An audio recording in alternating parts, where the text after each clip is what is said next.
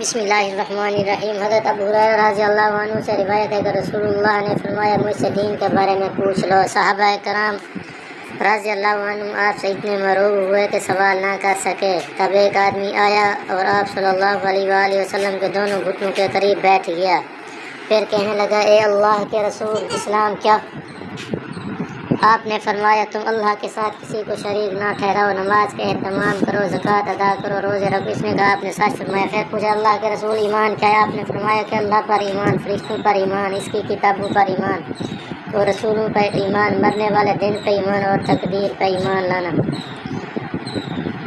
اس نے کہا کہ آپ نے درست فرمایا۔ پھر کہنے لگا یا اللہ کے رسول احسان کیا ہے؟ آپ صلی اللہ علیہ وآلہ وسلم نے فرمایا تم اللہ تعالیٰ سے اس طرح ڈرو گویا کہ تم اسے دیکھ رہے ہو، یا پھر اگر تم اسے نہیں دیکھ رہے یقیناً وہ تمہیں دیکھ رہا ہے۔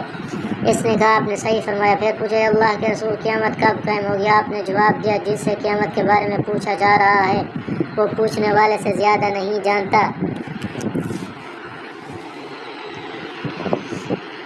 میں تمہیں اس کی علامات بتا دیتا ہوں۔ جب دیکھو کہ عورت اپنے آقا کو جنم دیتی ہے تو یہ اس کی نشانیوں میں سے ہے، اور جب دیکھو کہ ننگے پاؤں ننگے بدن والے گونگے اور بحر زمین کے بادشاہ ہیں تو یہ اس کی علامات میں سے، اور جب دیکھو کہ بھیڑ بکریوں کے چروائے اونچی اونچی عمارتیں بنانے میں مقابلہ کر رہے ہیں تو یہ بھی نشانیوں میں سے ہے۔ یہ قیامت کا غیب کن 5 چیزوں میں سے ہے جن کو اللہ تعالیٰ کے سوا کوئی نہیں جانتا۔ پھر آپ صلی اللہ علیہ وآلہ وسلم نے قرآن مجید کی یہ آیت تلاوت فرمائی۔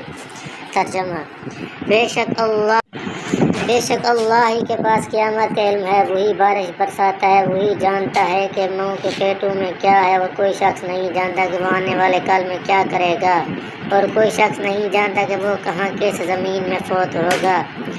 حضرت ابو ہریرہ رضی اللہ تعالیٰ عنہ نے کہا کہ پھر وہ آدمی کھڑا ہو گیا اور چلا گیا تو رسول اللہ نے فرمایا اسے میرے پاس لاؤ۔ اسے تلاش کیا گیا، وہ انہیں کو نہ ملا۔